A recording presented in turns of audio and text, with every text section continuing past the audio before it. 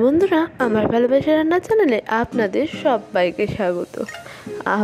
আমি আজকে যে রেসিপিটা আপনাদের কাছে নিয়ে এসেছি, এটা একটি সহজ সরল এবং ঘরোয়া পদ্ধতিতে বানানো একটি রেসিপি।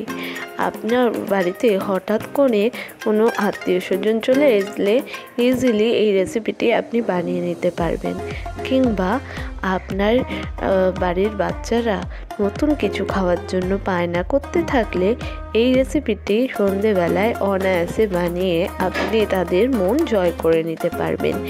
এমনই একটি রেসিপি আজকে আমি আপনাদের কাছে নিয়ে এসেছি, সেটা হলো বাসি রুটির কাটলেট।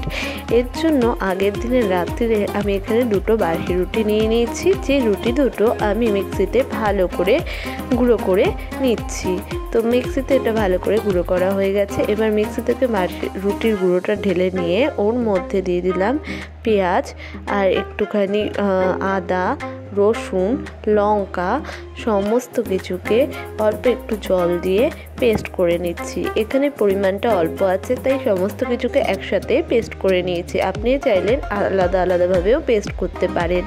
এবার আমি আটার গুঁড়োটার মধ্যে আগের থেকে সিদ্ধ করে গ্রেট করে রাখা আলু সিদ্ধটা দিয়ে ওর মধ্যে একটুখানি ভাজা মশলা গুঁড়ো আর দিয়ে দিলাম নুন আর দিয়ে দিলাম মিষ্টি আর একটুখানি সর্ষের তেল, সেটা দিয়ে ভালো করে মাখিয়ে নিচ্ছি। যতক্ষণ না ফ্লেভারটা ভালোভাবে এর সাথে মিশে যাচ্ছে ততক্ষণ এটাকে ভালো করে মাখাতে হবে। এর মধ্যে কিন্তু আমি কোনো জল ব্যবহার করছি না। আর তেলটা যেটা দিয়েছিলাম ওটা ময়েশ্চারের জন্য। এটা ভালো করে মাখানো হয়ে গেছে।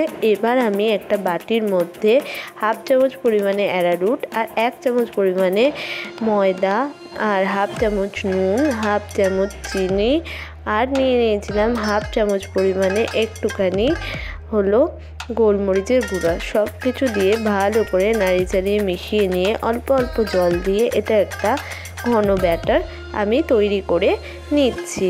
তো এখানে আমার ব্যাটারগুলো হয়ে গেছে, ব্যাটারটা অনেকটাই ঘন হয়ে গেছে।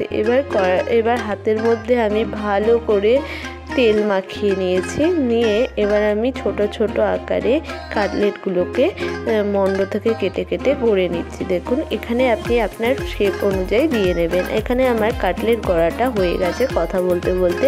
দেখুন এটা কতটা সুন্দর হয়েছে। এবার আমি অ্যারারুট আর ময়দার গোলায় ডুবিয়ে নিয়ে ওটাকে ব্রেড ক্রাম্বসে কোট করে নিচ্ছি। যেই রকম ব্রেড ক্রাম্বস, মানে বেঙ্গো ব্রেড ক্রাম্বস না, আমার বাড়িতে আমি নিজের হাতে পাউরুটি দিয়ে ব্রেড ক্রাম্বস বানিয়ে নিয়েছি। সেটা দিয়ে ভালো করে কোট করে একটা জায়গায় রেখে দিয়েছি। এবার কড়াইতে বেশ খানিকটা তেল গরম করে নিচ্ছি। এখানে আপনি সাদা তেল দিতে পারেন, আমার কাছে ছিল না তাই আমি সর্ষের তেলটাকে গরম করে এক এক করে সমস্ত কাটলেটগুলো দিয়ে দিলাম। এবার আমি কাটলেটটা একটা পিঠ হয়ে গেলে অপর পিঠটাকে উল্টে নিচ্ছি।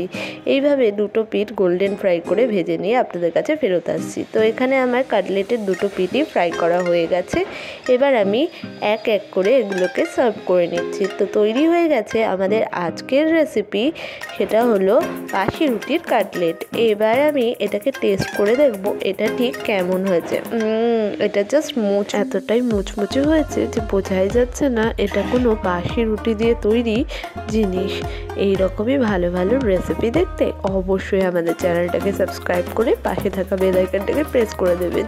ভালো থাকবেন, ভালো রাখবেন আর সুন্দর সুন্দর খাবার খাবেন।